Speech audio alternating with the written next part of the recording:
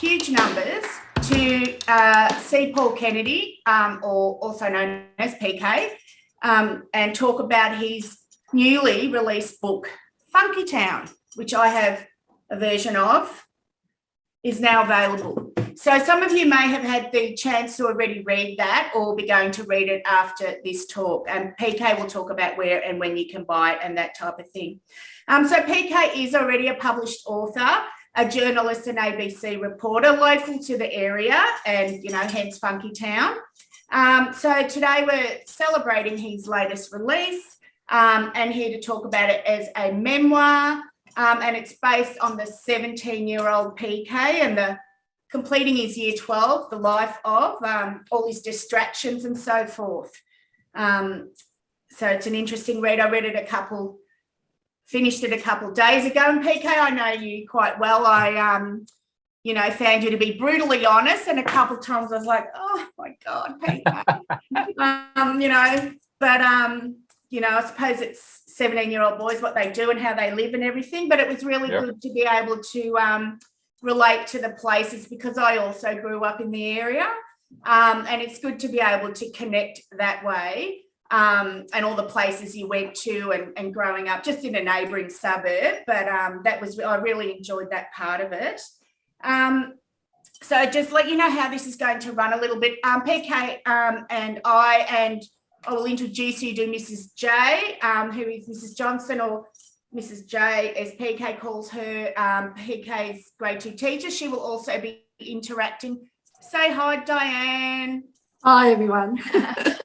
She's also going to be interacting. And then towards the end, we will have some time to throw to you guys to be able to do a Q&A. Now, bearing in mind, there are a lot of you on this Zoom.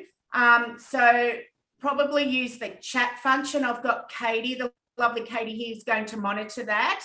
If you can't use the chat function and you want to use the emoji hand, I can't guarantee do that, but I can't guarantee that we'll get around to you as well as to be able to answer all your questions through the chat function. Okay, PK, my first thing is that I felt like that it absolutely read like a 17-year-old boy wrote that book, like using the lingo from then, the way you felt about things. And I suppose that was exactly what you wanted. So, but I was just wondering, because you were so brutally honest, did you find that difficult to be so honest, or were you ever hesitant knowing that like your family, parents, friends were going to read Funkytown? Like, did you hold back? It didn't seem like to me that you did, but. Yeah. Thanks, Mon. Yes. And I guess writing the book's a little bit like doing this Zoom FrankTALK tonight, because there are friends and family. I can see their faces there. And I would say this is really, to me, the official launch, because I'm so close to everyone locally. And, even Frankston Library was where I did the research and went back and looked at all of the old newspapers. So this one's very close to home. So I've actually got those same nerves now talking about it with all of you that I had when I wrote the book. The thing about this book was it came to me and I made the decision after my 4th book was published, and that was 5 years ago. And I was in Rio, and I remember distinctly being on Copacabana Beach covering the Olympics for the ABC, thinking, well, what's next? I just got word from my publisher that my most recent book had come out, and I wanted to write another one. I wanted to write this book about my 17-year-old self and what happened in 1993 in Frankston. So from there, you can imagine it's a 70,000 word book, and that's not a long book by any stretch. And it took me 5 years. So I rewrote. I did what I never used to do in school. I went back over it and I drafted it, and I wanted to get it better and better. And so there was a lot of work in it, and most of that was trying to get what I termed an authentic voice. And my publisher was really good in that, Martin Hughes. He said it's got to be authentic. And to me, that was getting the balance between telling the story, as you say, in that 17-year-old voice. Obviously, I'm a 46-year-old man now, and I've learned a lot more about life. So I wanted to weave in some insight, but I didn't want to hit myself over my 17-year-old self over the head with too much judgment and hindsight. So it was a balancing act, and it was a writing project like I've never done before. So of course I was really uncertain about it all the way through. And I think the other thing is I'm writing about my family and friends. Some of the people I've changed their names to protect their privacy, but the ones that are still in my life, including my direct family, they were a big part of it, and my best mate Adam as well. So I just knew that it was honest, and I thought they would appreciate that. My dad read a manuscript that was the most recent before it became, before I made the final changes. And that was interesting, waiting for Dad to reply. He had it for a few days, and I was thinking, well, why hasn't he got back to me yet? And then I had a panic attack, and I rang him up, and he said, "Is this how it's going to be, this book?" And I said, "Yeah, that's the book." And he just wasn't quite sure about it, but then we broke the ice and talked about it, and it was great. So, yeah, there were a lot of nerves, Mon, when you write about your hometown and your family, and you want to get it right too, because that 1993 in Frankston, I'm sure most, if not a large percentage of people, you all that we're talking with tonight, would remember it really well. So I had to get it right. And if I was ever uncertain about it, I just threw myself back into my memory and made sure it was right for me. Yeah. So I do remember when you were coming in here doing your research for it, and I suppose you would have your strong research skills with the other books that you read and also doing journalism. So you were able to sort of get your hands on information that suited. But just back into did you ask permission, like say from Adam or Katie, your sister, and say, look, I'm going to put you in this book, do you mind? Or yeah. There might have been a couple of people I forgot to do that with, but definitely I had discussions along the way. So yeah, with Adam, who was, for those people who haven't read it, Adam was my best mate all through kindergarten, all through high school, and he's a big character in the book. And yeah, so I had a discussion with Adam about whether or not he was happy to use his real name. The incident towards the end, and this is a spoiler alert, there was an incident where I got handcuffed and taken off to the local cop shop with two other classmates. I rang up those guys, Travis and Matthew, and asked them, I said, I'm writing about it. We all remember it really clearly. Of course, it was just the three of us. And, do you want your name in the book? And both of them were happy to have their names in the book and own up to it in the same way that I did. But I did read a really good thing. I put a lot of research into memoirs, and I read so many memoirs, and I think it was Mary Carr, who's this great memoirist out of the US, who had this great saying that when you write a memoir, remember that the game is rigged, that you're the only one who gets to say what happens. And so I always remembered that, and I think I was kind to other people, and I really only scrutinised myself. So yeah, that was a rule I think was pretty good, and I was glad I came across that. But yeah, I had discussions with most of the people, and most were fine to have their real names in it.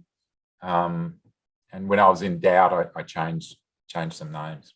No, well, I agree. I think that you didn't shine any bad light on anyone, maybe just yourself a little bit, but that, there was no offence there to anyone, I wouldn't say. So, but I remember the Paul Denia time, because I was living in a bungalow in Seaford, behind this house in Elsie Grove behind Seaford, and yeah. I remember it because it was such a strange time.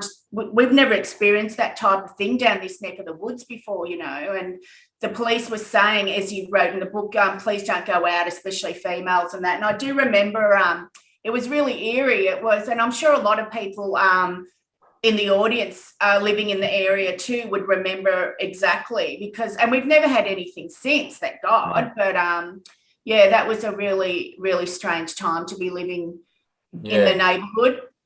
Yeah, and I had to be aware too that, and I was even aware back then when I was 17 that there was a double standard going on, because I couldn't have had the same fear that you had, Mon. Yeah. Because I knew that this murderer was randomly killing women. So that's something that I wanted to address in the book without being heavy-handed and all-knowing. And really, I'm still at a loss. I don't know, when we were going through that period, I could not tell how scared my mum and my sisters were compared to me. And I knew that there's some relief there that he wasn't killing boys and men. So yeah. there was that really interestingly. And when you do research these things, you can get lost in the research. So when I asked you to go and whether I could have access to those old newspapers, I went through and I read about the coverage, particularly from the Standard and Independent, about the murders, and read about people's reactions and little things that I might never have known at the time, or I might have forgotten, like the uni students at Frankston Monash who had to finish their studies and then walk all the way to the Frankston station. And that was a big thing, and security was much talked about everywhere. But the other things that were in there were, and this couldn't all go in the book, but there's some outstanding editorials by the likes of Dinah Monks, who was a great newspaper writer and editor at Frankston Standard, about the safety of women and this whole debate around whether or not women should be allowed to go out or should go and walk the streets. And it was a debate that's been had so many times since, with high-profile murders. Dinah points out, or there were a couple of other editorials as well, they pointed out the first ever neighbourhood watch was set up in Cananook. First ever in Victoria was in Cananook. And here we were in that same place saying that, having authorities say women don't go out at night, don't go anywhere. And the counter argument to that is we should be allowed to go out. And so, yeah, that was a big discussion in 93, which, at 17, was I aware of all of those discussions? No, I wasn't. But I was aware of little things. I remember asking Dad about it because I wanted, some advice on what can we do as males. And Dad said that when he used to like going for a walk of an evening once he'd finished driving the truck all day, and he'd go and walk around the streets. And all he said to me was, when he sees a woman on the street, he makes sure he crosses the road so at least she knows that he's not a danger to her. And then eventually he just stopped walking altogether. So, yeah, and what a small, what a helpless thing that was all we could do. So, yeah, and I hope that comes through in the book as well. That it does. It definitely I've examined does. that by telling the way I was feeling rather than going into this reams of research. Yeah, that it does. It does. It was just a really strange time. So I've only got 2 more questions for you before I hand you over to Mrs. J. So you're going to ask me about the bits that made you wince, or what? About the what? The bits where you thought about, oh no, Paul, don't do that. I couldn't hear that. So the bits where you covered your face. Oh no, I'm not bringing those up. Thank you. Oh, okay, all right. I'll wait for that. No. All right. Well, this is a little bit, but the culture that you were in for that your generation, it was a real binge drinking culture, and it kind of still is. But I was just wondering, do you think that has changed? Can you see Jack and his mates? He's getting towards that age, like going out to parties. Is a generation change with the boys of? I mean, there's always going to be that element, but it was quite big in your generation, and it was big in mine as well. I'm, a couple years older, but can you see it having changed a little bit? Do you think now that there's social media, it makes it different how people act? But do you think there's still a bit of a binge drinking culture in the young people? Well, this is a tricky one. The short answer, Mon, is I don't know, and I know you want me to give you some optimism because you've got a 13-year-old boy who's friends with my 13-year-old boy, and yeah, exactly. The culture that in Funkytown I talk about coming from a loving family and being prepared in every way to make good choices.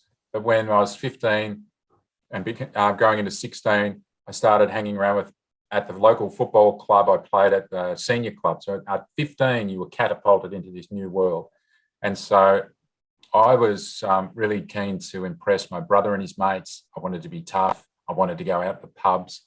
I remember getting into the Grand Hotel first time and getting a nod and a wink and a pat on the back from the older guys who felt like I was getting their approval, which was everything to me. And of course, I got straight into the binge drinking, and it just so happened that for me, that led to problems because I couldn't stop when I started to drink, and I drank fast, and I started to get a reputation for it too, which then fueled this need to want to fulfill a role. So that's the worrying part for me, is that I feel like Kim and I have created a really good environment for our children. But I know that, and this is the big one, I know that boys, when they get to, or boys like me, when they get to that age, they start looking for other role models, and they almost get delivered, as I say in the book, delivered twice, and the second time is to these male elders. And so I only hope that my sons can make good choices when it comes to making the choices. But beyond that, we probably just have to keep our fingers crossed, be here for them like my mum and dad were, and not sort of waver in our love and support for them. But yeah, it's a tricky time, and that's one of the reasons. And there are a couple of key reasons I wrote this book, but one of them is to explore that notion of boys becoming men. And I hope that it's helpful for people, but also to understand it myself. I guess maybe the irony there is that I'm still no expert at it. I still don't know what my sons are going to be like when they're 17, and I'll just hope like my mum and dad did. I'm the same age now that my mum and dad were when I was 17. So I can now see that parents don't actually, well, we try and make out like we know what we're doing, but you get to this age and you think, I still really don't know what we're doing. So I'm sort of stumbling around in the dark a bit.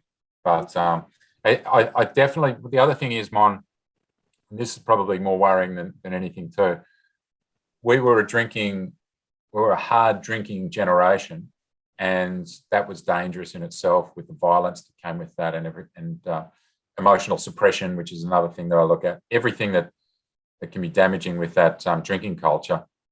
But to me, there was no drugs around, and I knew kids that were, starting to be habitual bong smokers, but that wasn't for me. So for me, it was alcohol, and I think there are a lot more drug options for youngsters today. So that worries me.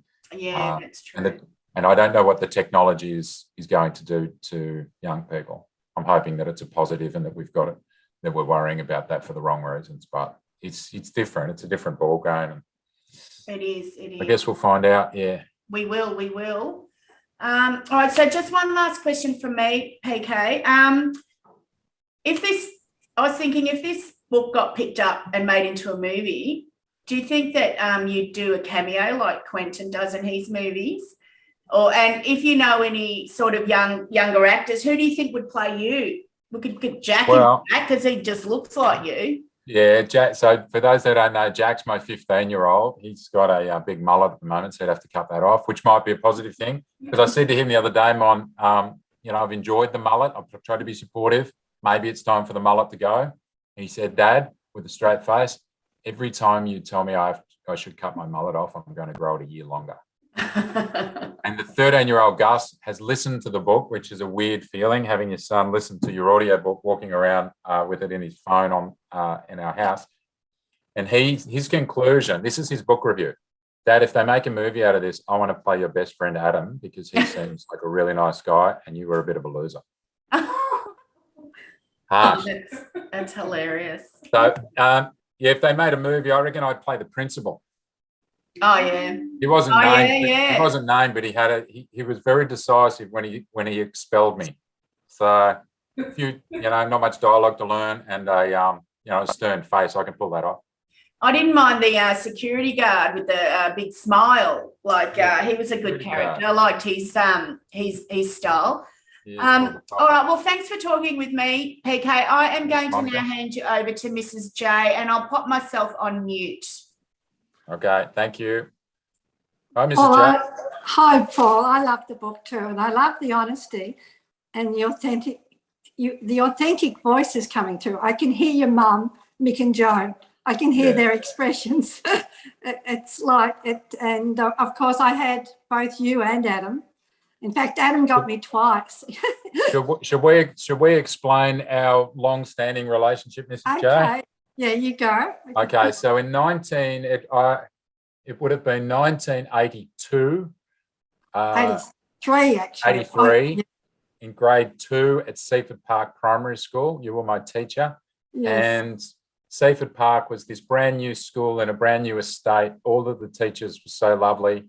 It was the best environment any kid could grow up in. I was constantly in trouble, but never with you.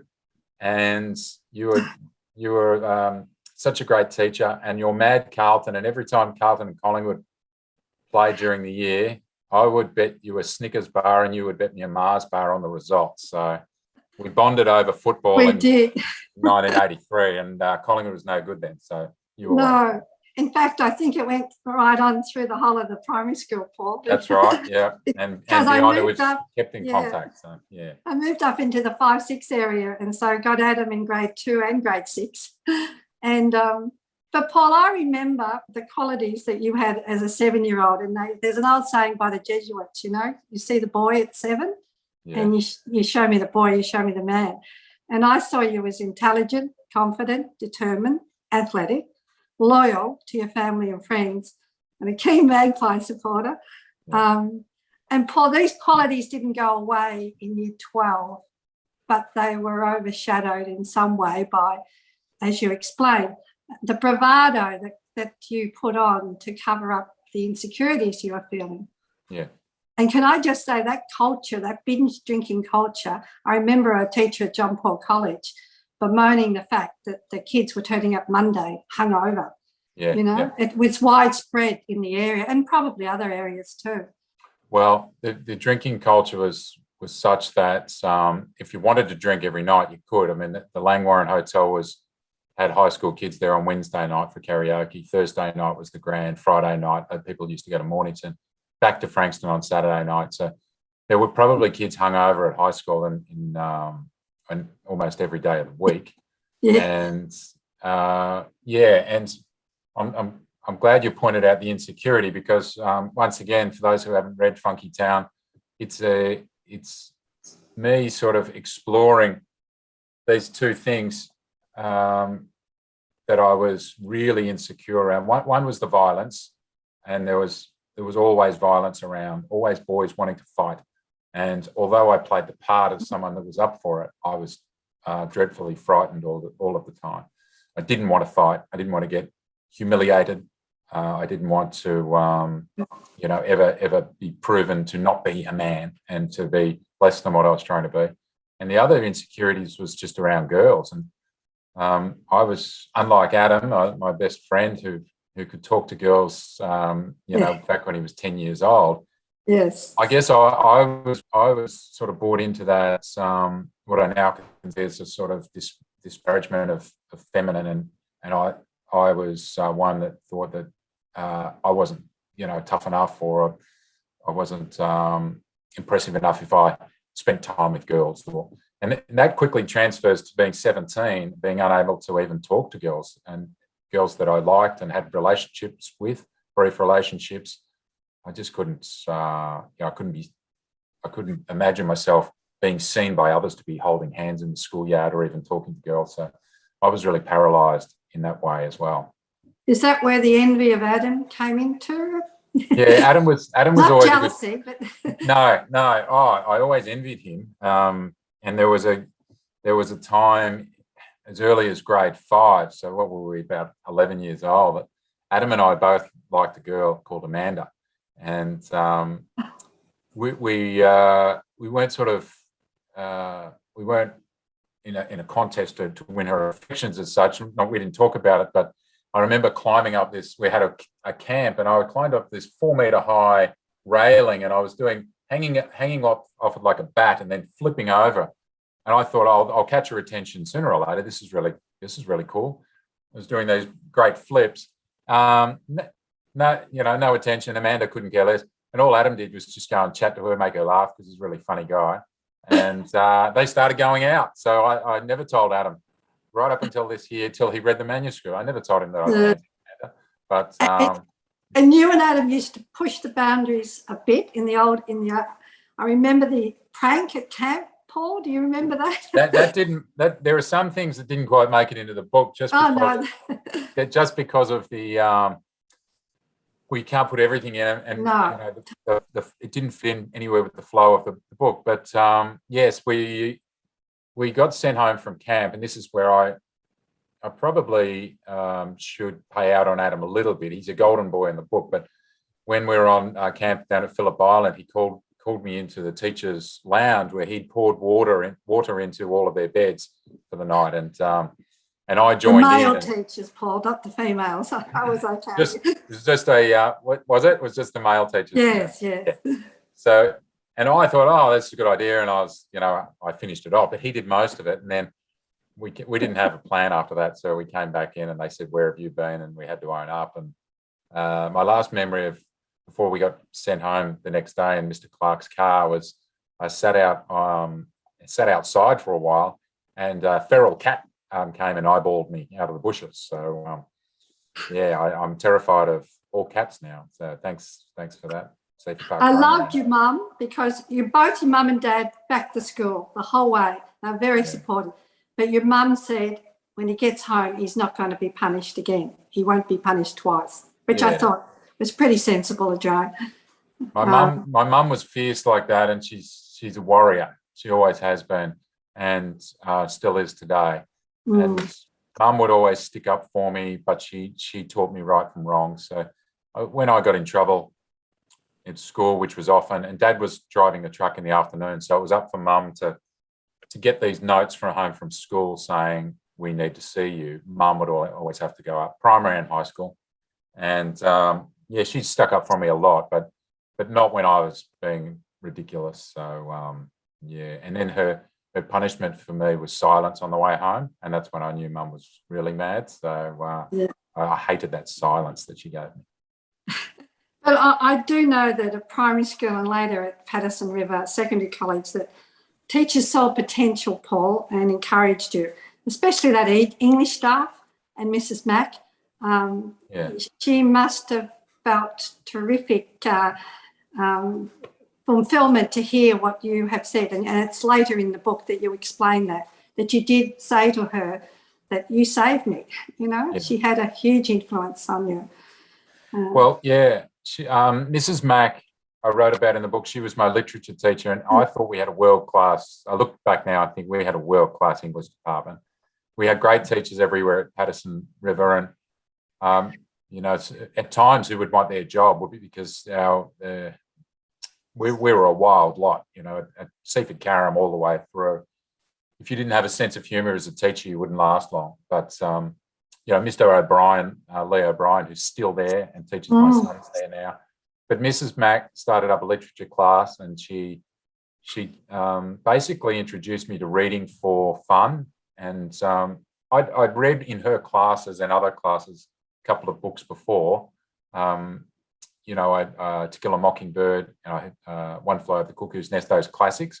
Yeah. But she and other English teachers would have to walk me through it so that I could understand all the metaphors and everything.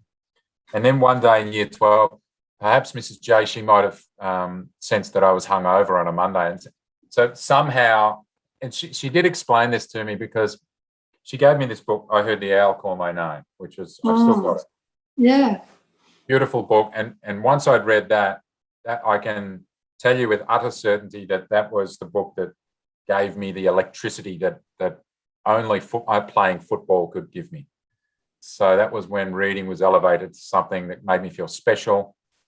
So I wanted to do more of it, and that was a pivotal moment. So I asked when I knew I was writing the book, but even before then, I tracked Mrs. Mack down. She was just finishing up as a principal of a country high school. And I asked her why she gave me that book, and she said, well, I could tell that you were showing signs of self-destruction. And I said, oh, really? She said, yes, I could. She said, the thing you don't understand is when you kids sit around and you talk, we listen. And so we sort of, we knew a little bit of what was going on. And she said there was some self-destruction there with you. And so she gave me that book, which is about a religious minister in an Indigenous tribe in British Columbia. She said, I knew you wouldn't pick something like that for yourself, but she said, I wanted to show you that there are different ways to be a man. And that makes me quite emotional thinking about it, actually, because she saw, really clearly that I wasn't being myself, and that, that men were allowed to be gentler and kinder and loving, and, in a way that the characters in that book were. It's about patience and love and really nice, lovely relationships. Paul, did she know you were writing a diary? Did anybody know you were writing a diary? No, I never told anyone, and that was, I've still got the diary, and it's a crummy. Probably if you bought it today, it'd be worth $2. Little notebook, and all it was little entries about how I was feeling. One of them was when I really early on, I started writing when I got dumped by the girl whose character is Louise in the book, and the last line of that entry was I wonder whether anyone will be able to love me.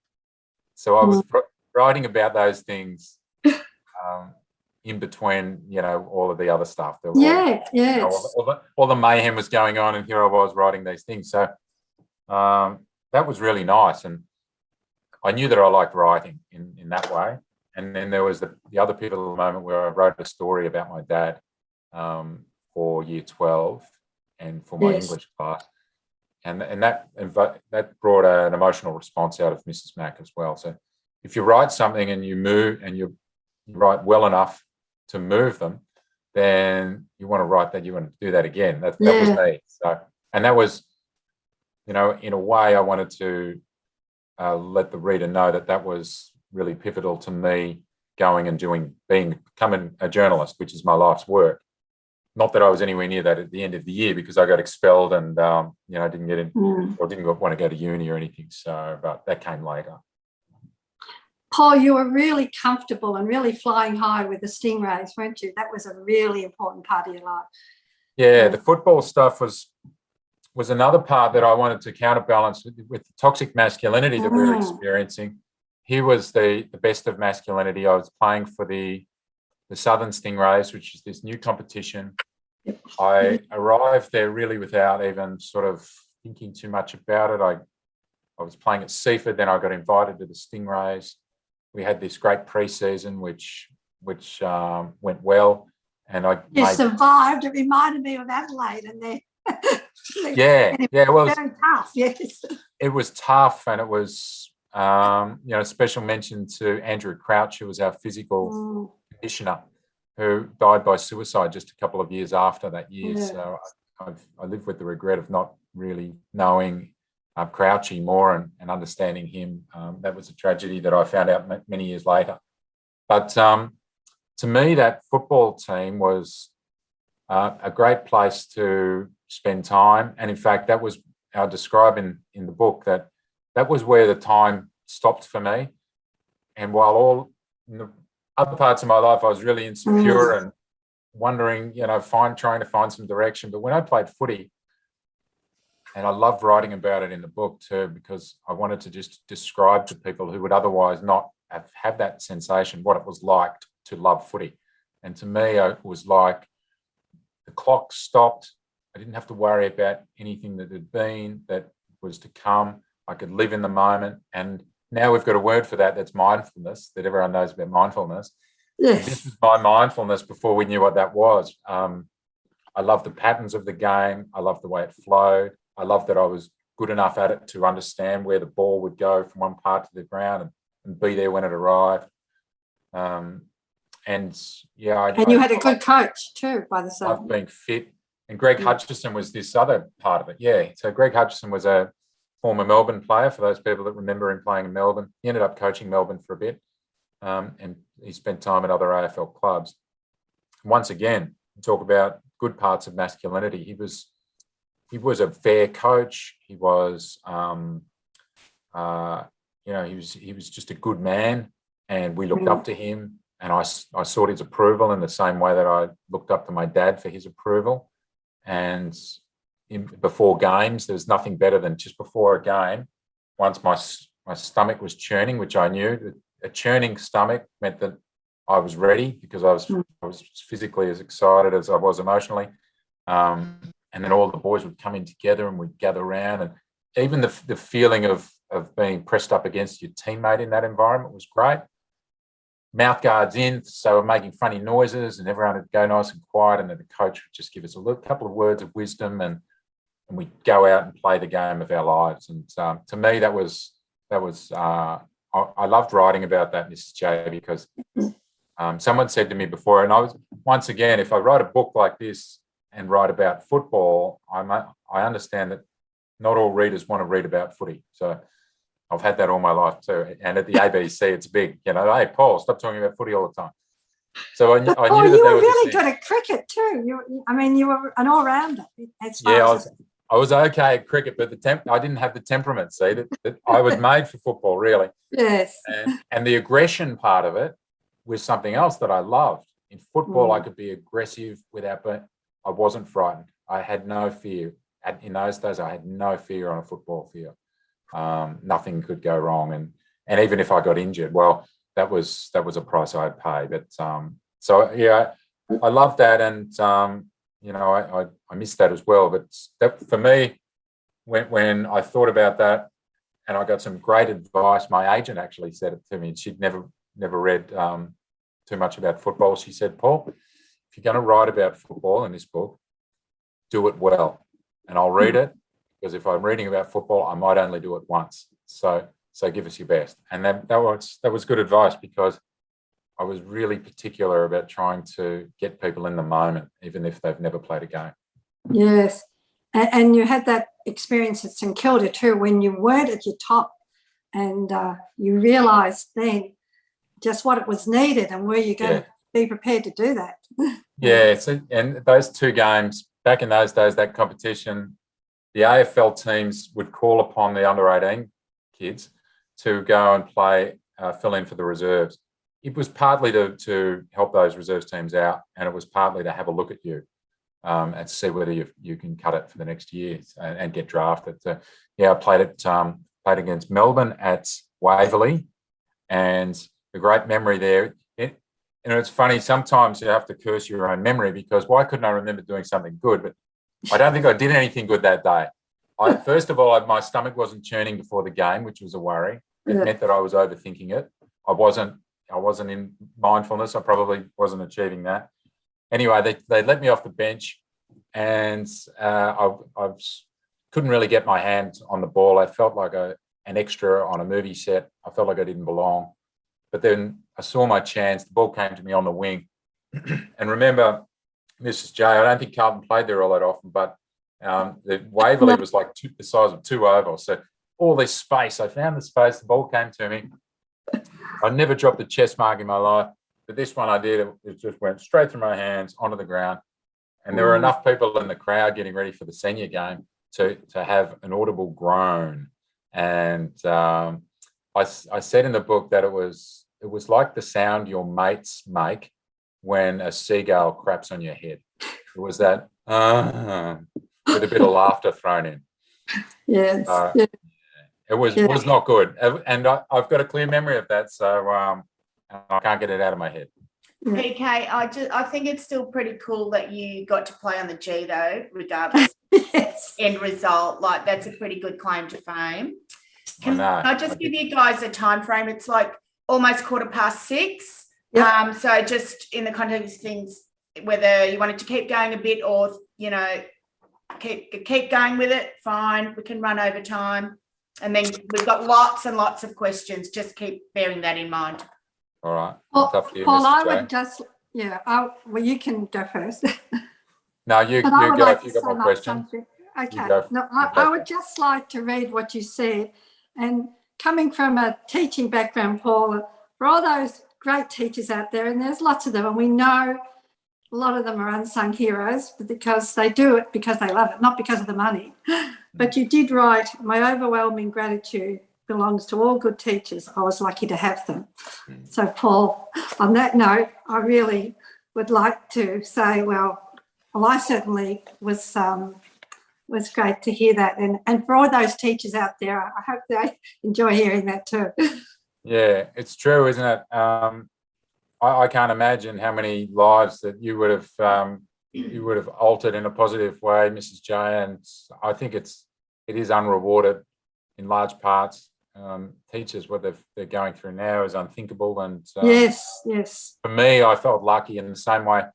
I know some people didn't have good school experience, and I know some people weren't lucky enough to grow up in a safe and peaceful household that I did. So I feel very, very lucky to have had the teachers that I did along the way. And my apologies to the ones that didn't like me, but I think the ones that I got along with sort of outnumbered the rest. And yes, you were certainly one of the best, Mrs. J. Very memorable. Thank you, Paul. I'll let Monica get through to those questions that are coming up with for you. Thanks for the interview. Thanks, Diane. Sorry. We've got this Darth Vader echo thing going. Are you able to? I've got the questions. I can. Do you want to just go through and see which ones you might want to answer? Yeah, in the chat function, I've got them up here. Yeah, thank you. Lucky I used to do this stuff for a living. Yeah, exactly. Question here from Lee, I think. Does Funkytown contain any secrets that are revealed therein for the first time? Yeah, there's lots of secrets from me for the first time. Basically, the whole thing might be a revelation to people who don't know me when I grew up. But there was one that was. I'm waiting for my brother to read the book, but he didn't know about this. He does now. But one of the brief chapters I had was I was sitting at home one night, and my brother had a girlfriend at that stage, and he used to, and also very good saver. My brother, he left school in year 11. He started earning money. He was very organised. He bought a house by the time he was 19, but he bought a really cool car when he was really young. So when I was 17, Steve used to drive a lowered Commodore, a green Commodore, which was so low that it almost scraped across the ground. Anyway, he would never in his wildest dreams trust me around that car. But for one silly night, he left the keys while he was around at his girlfriend's house. So I took the car, pushed it out onto the street. So Mum and Dad didn't hear it starting up. Took it for a spin. I knew how to drive because I'd had all my lessons, but I didn't have a license. And then how stiff was I that I was driving through Wells Road up past the basketball stadium, and there was one of those early booze bus setups. So I had to pull up, wind down the window, and then be breathalyzed, all thinking that if they asked me for my license, I had nothing to give them. But they didn't. So I passed the breatho. I hadn't been drinking, and cruised on out onto the freeway and put the foot down. So I had a bit of a joyride in Steve's car, and I'm looking forward to him actually reading the book and reading about the details of that. But Steve and I are great mates, so I don't think it might not come as an overall surprise to him, given that he knows me so well. Okay, this is from Amanda. Do you think that kids today will have a similar experience of growing up in Funkytown in the 90s? If not, why? What do you think the differences are? I think that I'm probably going to be one of those old people that says, we were the last of the roaming generation. That is what I would have said 18 months ago, probably, because when we grew up, there was no technology. If you wanted to see a friend, you had to either call them on your telephone at home, or you just went around and popped in and saw them, and you started sort of roaming the neighbourhood in that way. I really think that was a special experience. I think mums and dads were, they sort of had to trust that you were okay because you were gone for so long. And so that roaming nature of childhood, I think it's changed with technology. However, I think one of the good things that I've seen is, and I know everybody on this Zoom meeting is doing following the rules of the government during lockdown by the letter. but I've seen groups of kids out there riding on their bikes, and it seems to me that they're having a little bit of the same experience during lockdown, that when school finishes, kids jump on their bikes and they're allowed to go and ride with their friends. So that's one thing that I've enjoyed seeing, it, and it gives me flashbacks to my youth, that the kids are able to catch up in that way. So I think technology is the big answer for that one.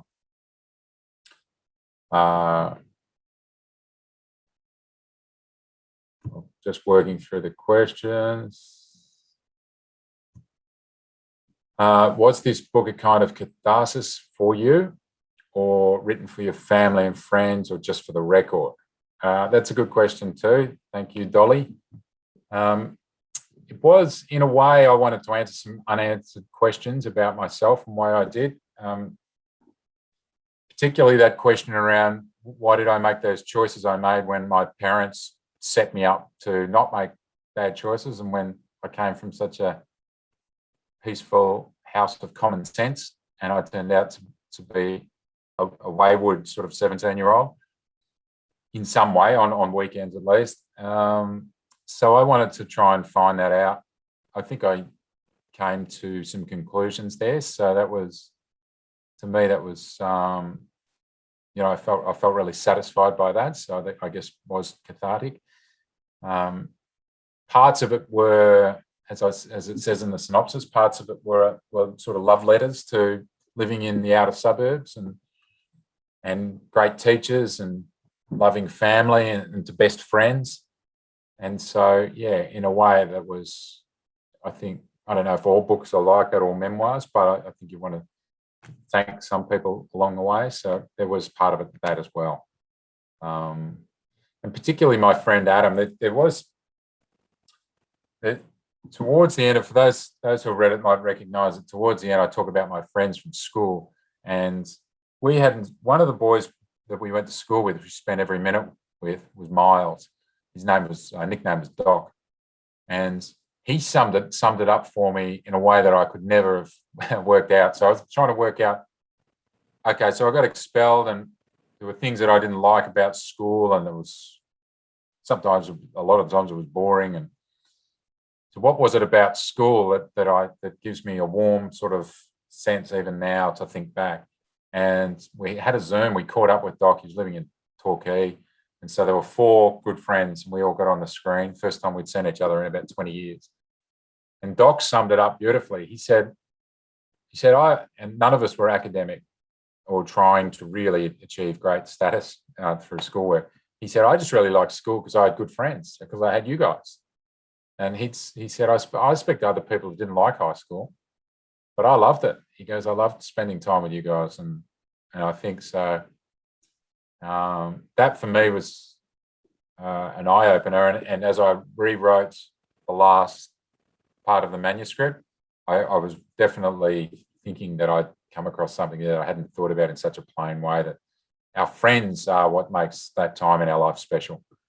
And for me, that was my friends when they were 17. So I hope I got that across.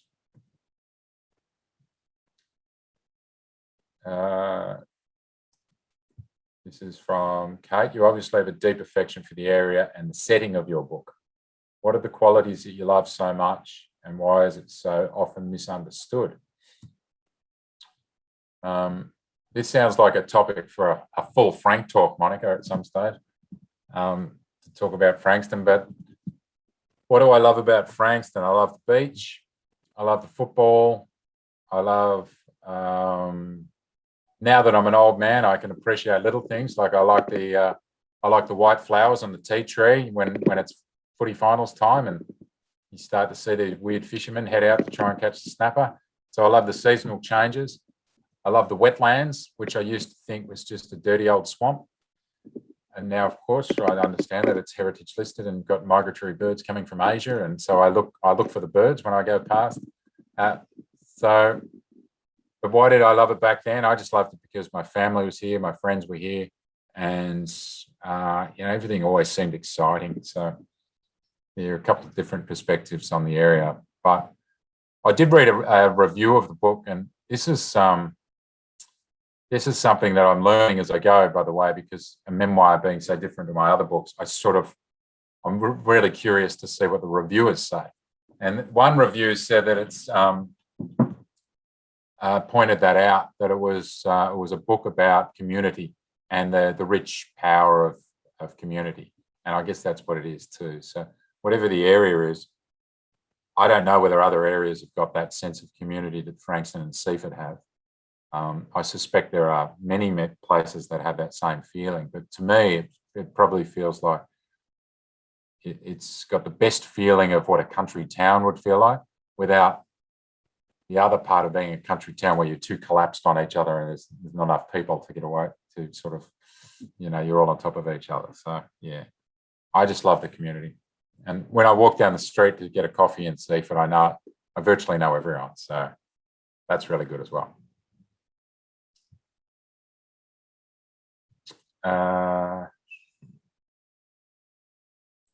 Okay.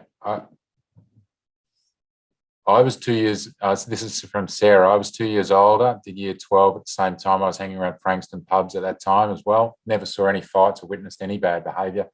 So in the same year, we had different experiences. So not sure it's a generational thing, which is more of a comment. But yeah, I think that's really interesting too, actually. I did say to, looking at the way that boys talked about girls, and that's addressed in the book, I spoke to a girl that I grew up with and knew quite well at the time, because I guess I was writing about that aspect of the book when I met her. And I said, what was it like for girls in that pub environment? And I said, it must have been awful, having us around, us drunken men. And she said, no, I had a really good time. She goes, I loved Frankston. I loved being around the pubs. It was great. She said, I had really good friends. So my experience was really positive.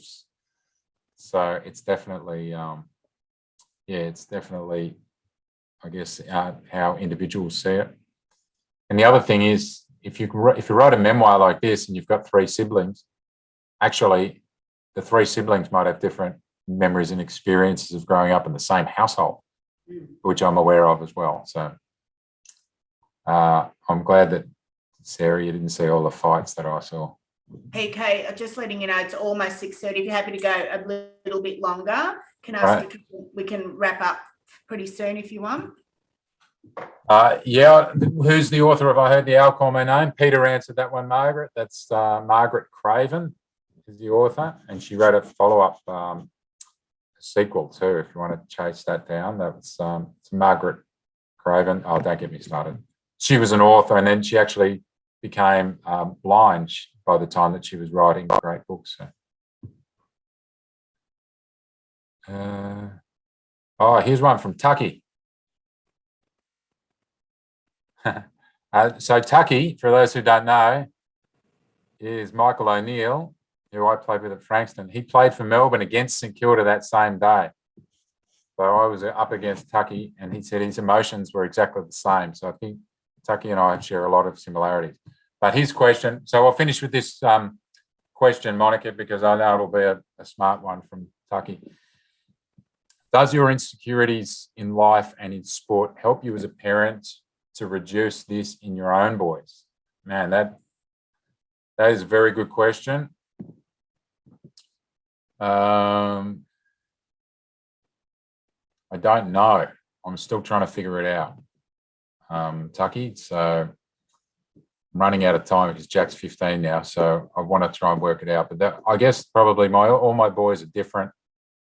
And if they've got, this is how I'll answer that. If they've got insecurities, then I hope they talk to us about them. And I get emotional talking about this stuff as well now. But so I guess the only way that I can address my son's insecurities or anxieties with Kim, who's very, very good and patient, much better than me at this sort of stuff, but the only way I can think to help my boys not be as insecure as I was is to open the channels between us and listen to the experts. So when we talk to them, don't confront them, but just try and chat to them while we're driving in the car or something, and just let them know that it's okay to express your feelings. And just because you're a boy doesn't mean you have to keep everything inside all the time, because that's unhealthy. So that's the only way I can say that, mate. I don't.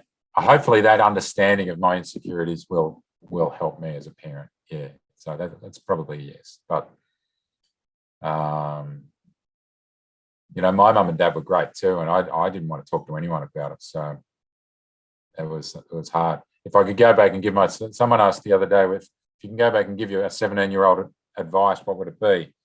Well, I'd have a lot to say, but my 17-year-old self probably wouldn't listen to a word I said. Yeah, fair enough. Thanks, Tucky.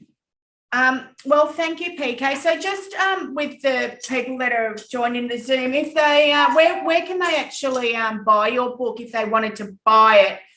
We've got it at the library to borrow, but people might want their own copy. Yeah, so if not the library, a couple of things. Support your local bookstore if you can. So if you're in the Frankston area, try Robinson's. I know they're doing it tough, and they want to. They set up click and collect, so you can go and do that. You can get it from so bookstores. Target have got them, so you can do the click and collect there, or you can order them online as well on Booktopia or Amazon. So and I think the delivery process is pretty good now.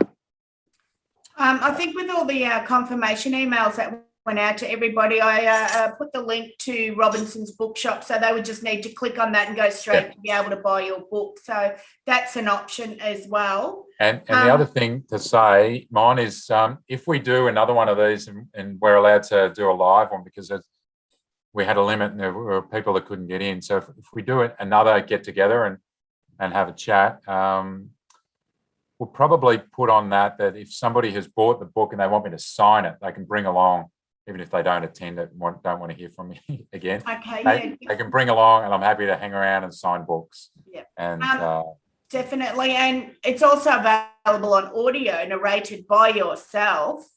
Right. If you're not a keen reader, you can listen to it through Audio Borrow Box. The library has that as well as an option. And as I tell my 15-year-old boy, listening to it on audio is just the same as reading it. There are no judgments. So I listen to audio books all the time. Same. I'm a huge audio listen car. Can't drive without one. Yeah. So if people were interested in following you, do you have some sort of social page or Instagram that people could see? Do you do that type of thing? Do you have a following? Yeah, I'm on Instagram. Yeah. Okay. What is it? Just Paul Kennedy? Paul Kennedy Stories. Paul Kennedy Stories. There you go. Yeah. So we've also got following it? Me? Yeah. Yeah. I haven't quite got to Instagram yet, but I will. I see you on Facebook, so in the street. I haven't quite gelled to Instagram personally. So we've also got with you PK coming up if you're interested in seeing PK in this type of role, some of you might have been along to the Victoria Reads to see PK hosting with Claire Hooper, but we've got him hosting with Jess Hill.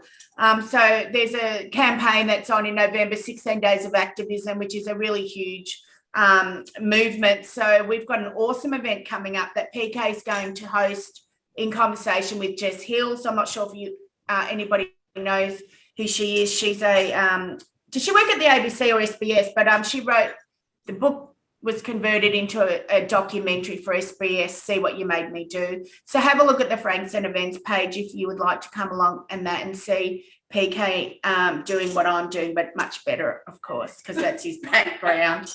It's my first big author talk, so thank you. I reckon you did a great job. Can I say my thank yous now? Yes, go for it. Thank you, Monica. You've done a great job. Mrs. J, great to speak to you. And Frankston Library is the best. So support Frankston Library whenever you can. And thanks all for tuning in and switching on. And I very much appreciate everyone's interest and support in Funkytown. And a lot of people have said that it feels like I'm writing about them or their loved ones. And that's the best thing that I could hear. So I'm glad that we all shared similar themes and similar times. And I know we didn't talk all that much about what might happen to the killer, but I know that that'll be discussed at a later date too. So I know we're all probably on the same page. You've got maybe you've got a bit of a romance book in you or something now, PK. You do a work of fiction. Yeah, who told you? Yeah, Kennedy I'm going said to write flower. I'm going to write a love story. Hey, I know. Me and Collingwood. Yeah, that's it. Well, thank you so much, PK, for coming along and doing this with the library. And hopefully we got some interest to go out and buy PK's book, come back to the library soon, hopefully. And maybe we can organise an in-face thing with PK face-to-face when we open up a bit more down the track. So keep your eyes peeled for that. Thank you, everyone. Thanks, PK.